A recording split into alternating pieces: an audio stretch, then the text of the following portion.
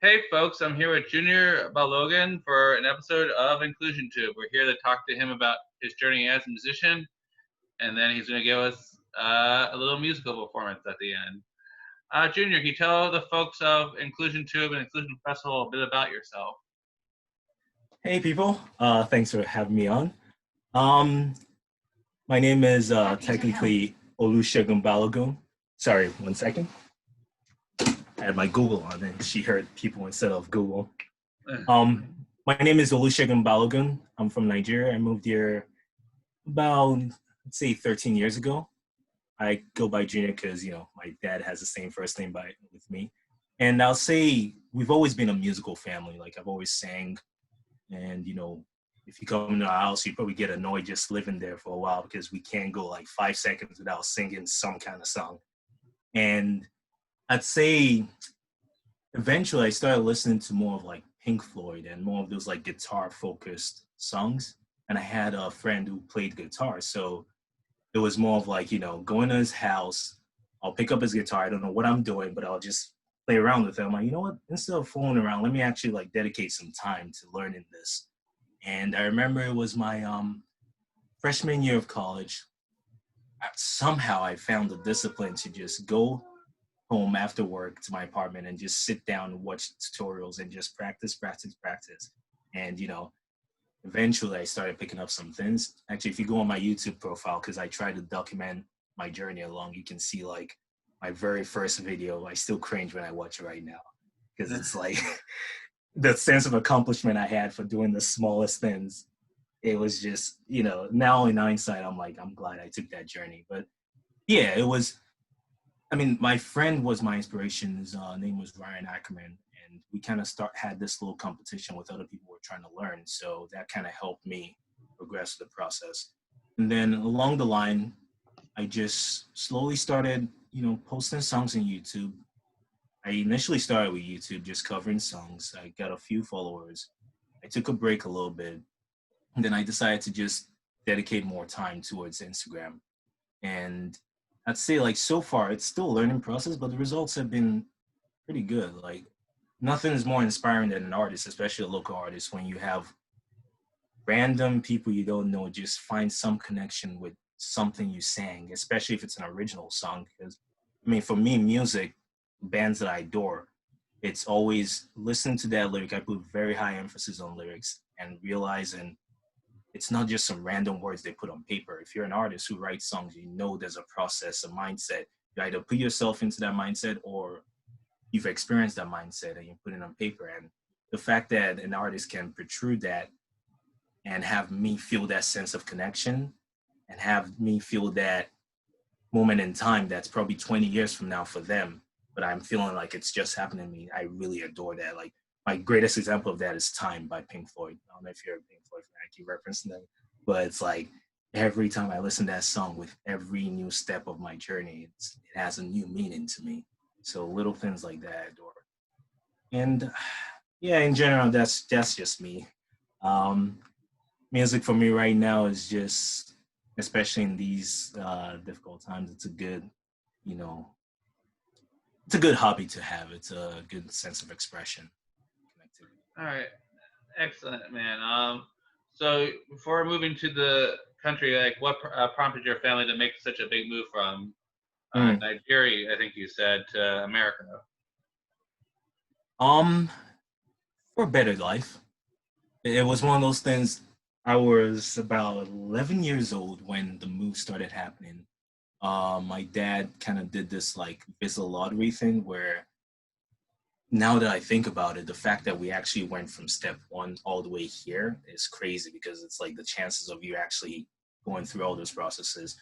And being a little kid, I didn't really understand that. And now thinking about it, the fact that my dad made that sacrifice and now I'm here in this country with a, new opportunity, connecting, having different experiences I normally wouldn't have. It's amazing. So yeah, we are a family of six. We moved here and journey has began. First generation of my last name. So it's exciting. That's really really cool, man. How was the transition for you going from Nigeria all the way to American culture? Like, was it hard to adjust, or would you say that like music really allowed you to connect with a culture that was different from your own? It's interesting. I remember like cherishing the little things. Like the first time I saw snow, like I was in middle school and it just started snowing. And normally people take that for granted. No one's reacting. I just like ran to the window. I'm like, oh my god, that's beautiful. And like little things like that, just seeing. I mean, the transitional aspect I'll say is more of like the accents because Nigeria is kind of like British English. So saying like pants instead of trousers, saying I ate something instead of I ate something. Those little things. So, Yeah. uh, but in terms of connectivity to music, we had a broad range of music that we had, which means like you have on a radio station, typical radio station, instead of it being dominated by American music, it's like you had a difference in like English music and all that. But I think what coming here helped me do is like there were songs by what you call classic artists like Eric Clapton and you know um, Billy Joel that I never heard before. So imagine a 12-year-old hearing Piano Man for the first time, or Layla. It blew my mind, especially hearing how the guitar could actually be extended in that fashion. So eventually, that kind of got me obsessed with music. And I'm one of those people who can't stop singing. So I remember walking down the halls of my high school and I'm singing "Comfortably Numb," and people are like, "Yo, you have a good voice. You should like do something with it." I'm just like, I don't know, maybe someday. Oh, 1 second, sorry. Yeah, and so from there, I just kept on finding. I guess when you have an interest in something like that, you kind of flock with people who have the same Mm. mindset, and those kind of people just kind of encourage that growth in that process. So now, Mm. That's really cool, man. And I hear you keep mentioning Pink Floyd over and over and over again. I'm also a huge Pink Floyd fan myself, and I love Time. It's such a great tune. Every time I listen to that album, that song always like sneaks up on me. So you go into that ambience, and then all of a sudden the clock goes off. beautiful. Um, And then, yeah. so would you say your music is also progressive like that, or is it more a singer songwriter? Like how much has Pink Floyd and progressive music influenced the way you write your own songs? I'd say it lyrically it taught me how to write a song broad enough that you can still display the main point without being too specific. Mm-hmm. If that makes sense. Because one of the latest songs I wrote, it's State of Mind. And it was supposed to be my quote unquote stuck in a quarantine song. But I didn't want to mention the word quarantine or anything specific to that because at every aspect of your life, you have moments similar to this. So if I want my music to be general in a sense, it should connect to this moment without exactly mentioning this moment. So I had phrases like, being stuck here all alone, I'm at my highest, I'm at my lowest. I rise inspired, but I lay awake at night. That happens to everyone when they're feeling some kind of, hunger. So little things like that. I'd say Pink Floyd helped me kind of capture. Because when you hear their songs Comfortably Numb, even right now, we can claim it kind of comfortably numb. They didn't know the quarantine is going to be happening. But back then, that was that emotion they were trying to portray. So Pink Floyd helped me kind of go along with that, along with, I'd say, my style of kind of finger picking when I play. If you look at songs like Brain Damage, for example, it's all finger picking, or even Is There Anybody Out There? So I kind of started my style trying to learn Pink Floyd songs and then kind of just adapted and grew from there. Yeah, I hear what you're saying, man. That if you're writing a song about now, you want it to be relevant, 20 years, 50 years from now. Because if you start talking about quarantine, the only people that actually lived during this time will actually be able to relate to that tune. But Exactly. that's one of the great things about Floyd's music is like The Wall, for example. That album relates to the political situation in our country right now. They're freaking me. I was just listening to that album the other day. I'm like this album was written 30, 40 years ago, and it's still incredibly relevant. In a way, kind of, it's annoying because it shows that history does repeat in some sense. Oh yeah, but definitely. you think we learn. But it definitely allows us to learn in an emotional way because we find that music that really hits us. as music should. And it's timeless. Time seems to be the theme of this interview. Mm.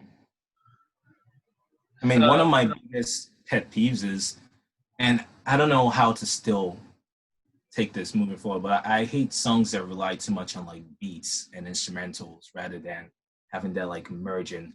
So if you like modern music, for example, it's like, you have these few phrases in there, but the catchy beat just keeps people pumping. And I'm one of those people in a group of my friends who was just like, but what does this mean? They're like, yo, just shut up and dance. And I'm like, okay. But yeah.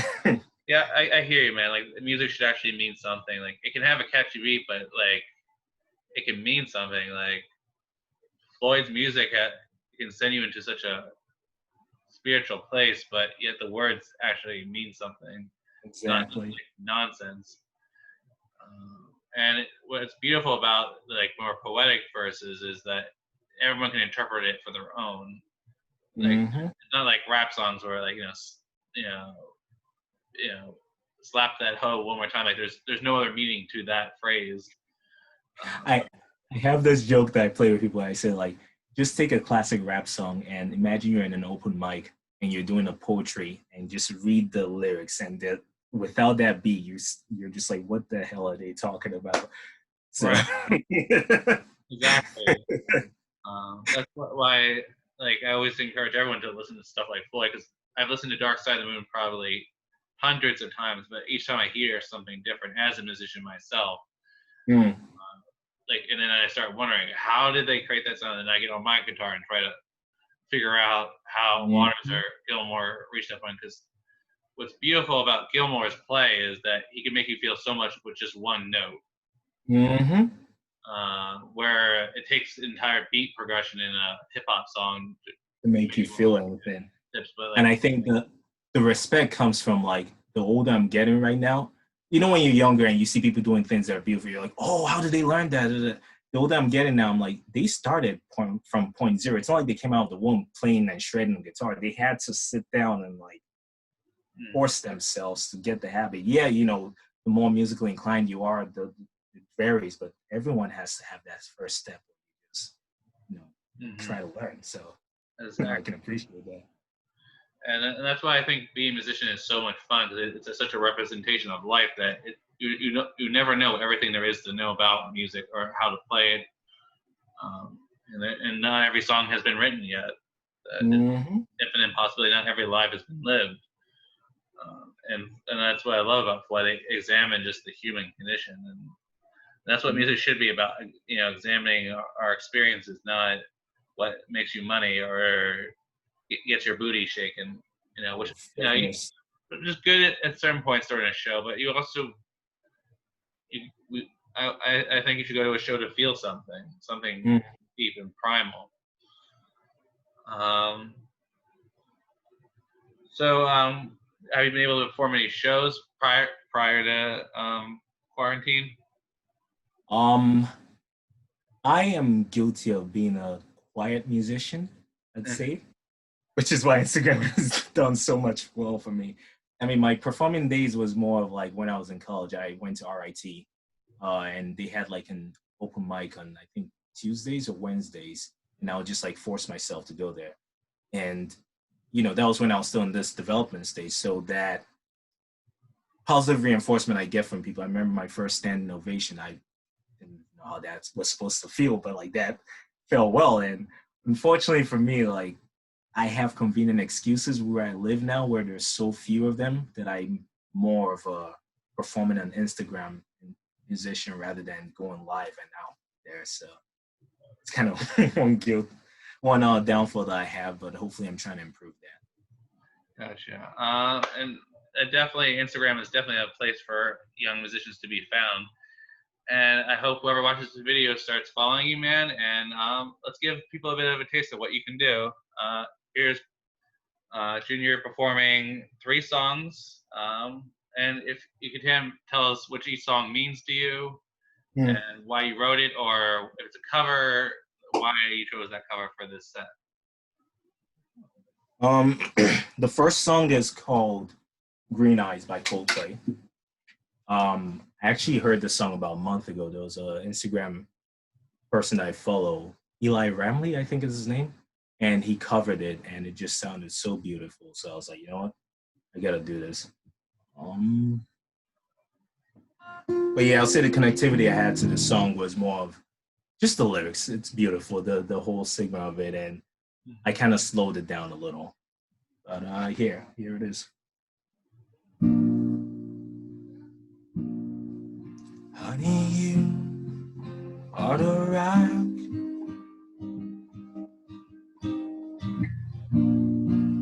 upon which I stand.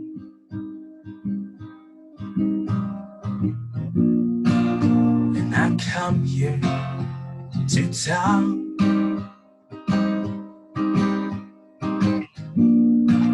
I hope you understand the green light, yeah, the spotlight shines upon you.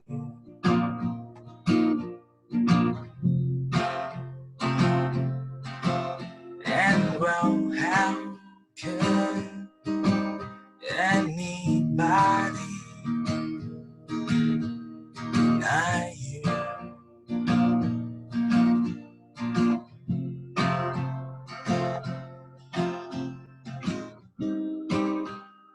I came here with a load, and it feels so much lighter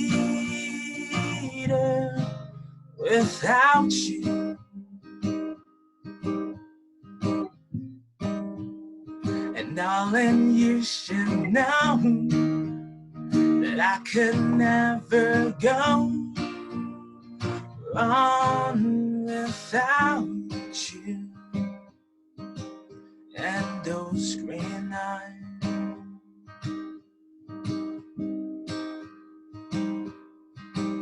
oh, honey, you are the sea upon which I float.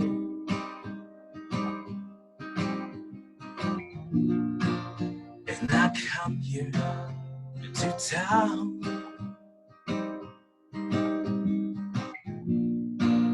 I thought that you should know that those green eyes, you're the one I wanted to find. Oh, oh. And anyone who tried to deny must be out of their mind. Oh, out of their mind. Oh, and no, darling, I came here with a load, and now it feels so much lighter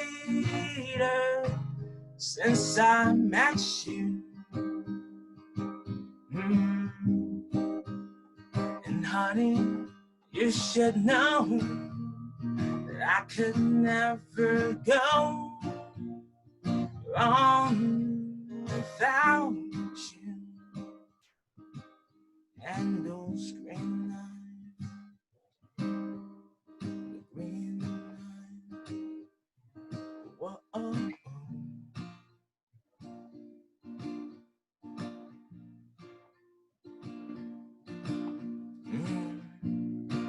honey, you are the rock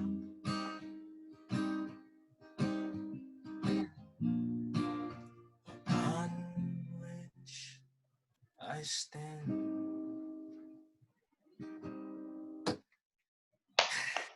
Yeah, you have a beautiful freaking voice. That was beautiful. Thank you. I'm not much of a Coldplay fan, but that was beautiful. Thank you so much. All right. Hopefully the second one goes that well. This one's more of a little challenging one. This one's called Friends by Sharon, and I'm actually gonna be like playing and reading the lyrics if you don't mind. It's basically one of his like underrated songs that a lot of people don't know, but I really love it. And yeah, same reason why I like it. Lyrics are good, the beat is very fun and catchy, and here it is. We're not friends. We're not. We're not friends. Actually, let me start that again. Sorry. All right. We're not friends. Have we ever been? We just try to keep those secrets in the light. And if they find out, would it all go wrong? Heaven knows, no one said to.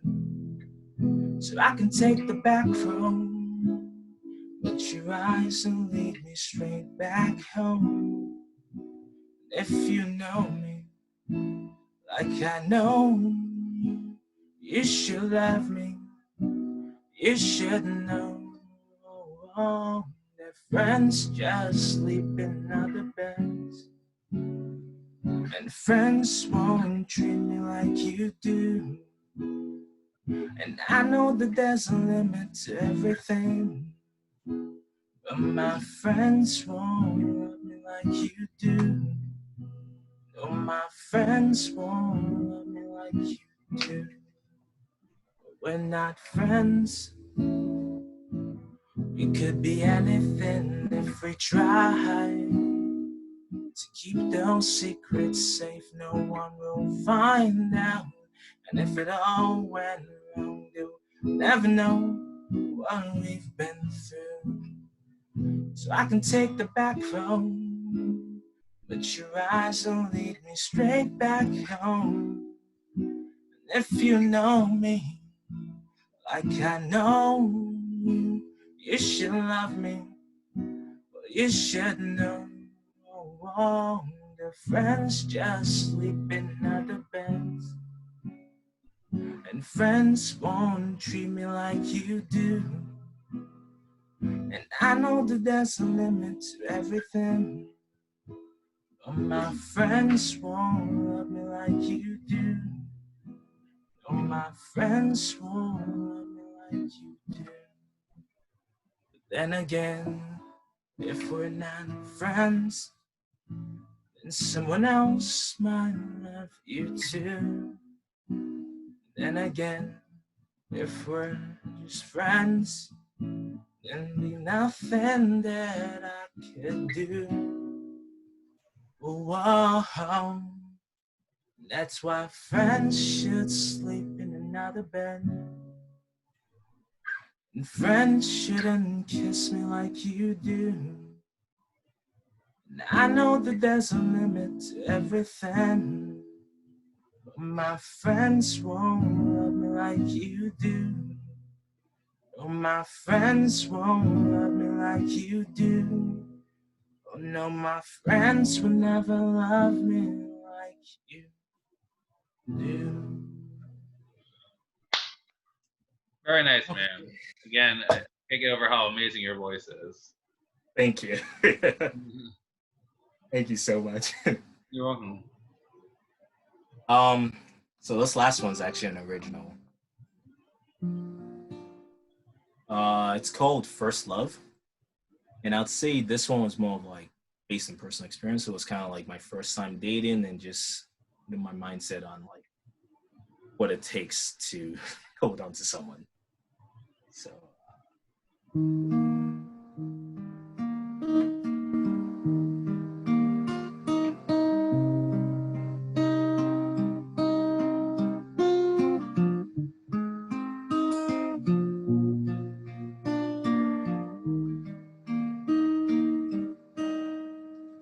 she said, don't go home. Wouldn't you stay through the night?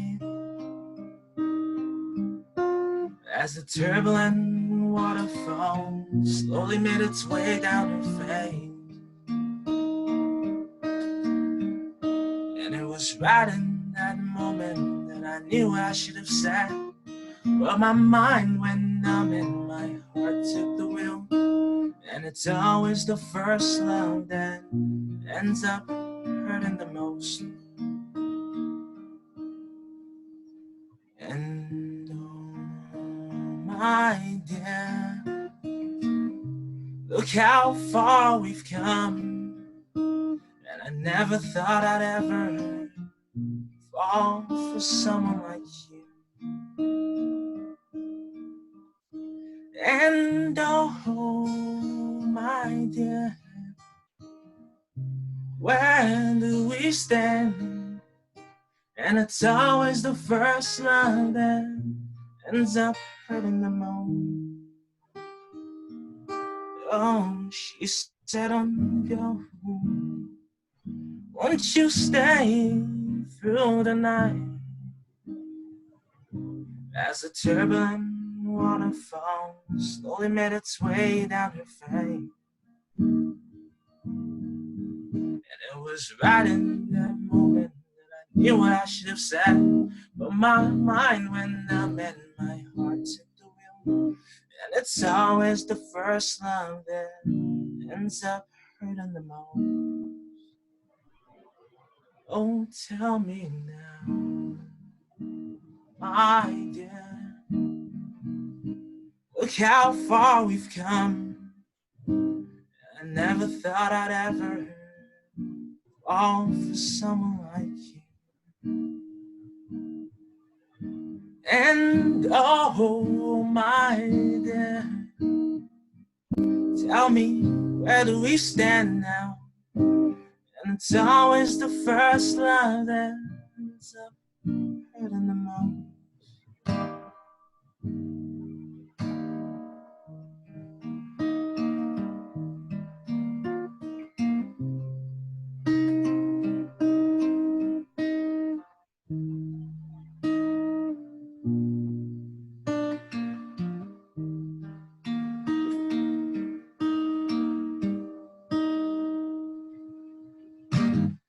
Yeah. Right. You definitely got to release an album at some point. That was a really beautiful song. Really took me back to my first love. That whole feeling that you get when you first fall in love with somebody. Yes. I'm glad I could portray that. Yeah, that's definitely a timeless song. There's no trends or fads in that song. Mm-hmm. All right, thank you so much for coming on my show, Junior. This year, Inclusion Fest is actually a virtual festival, and since you're a virtual musician, we definitely have to get you to come perform a set for us at Inclusion Festival if you're willing. I would be honored to. All right, man. I'll send you the details then once I talk to the other co-founders of Inclusion Festival, Leah and Amy, who are my bosses, and they will. Well, I'll get in contact with you, man, and we'll let you know a time and place for you to come share that magnificent voice of yours and your picking. Thank you. And I guess the only thing I have left to say is just, you guys probably have my Insta already, but if you want to follow me on this journey, I'm not sure where it leads to. I'm not sure how far I'm going, but I just know there's something there that people see, like yourself, giving me this platform. So thank you very much for that. And yeah. All right. Can you tell us what your Instagram is? JR_Balogun, BALOGUN. All right, thank you. And before I let you go, man, I have one more question for you. What does inclusion mean to you? Inclusion means everyone has a chance to participate. It means there are no boundaries, there are no barriers in music, because music is the purest form of art. I mean, you hear a song, you aren't taught to tap your feet if it's catchy. You just do it, regardless of how, disabled, quote unquote, you are, or whatever circumstances you have. Music is always something that bridges those barriers. So that's why I really, connect with that term, inclusion.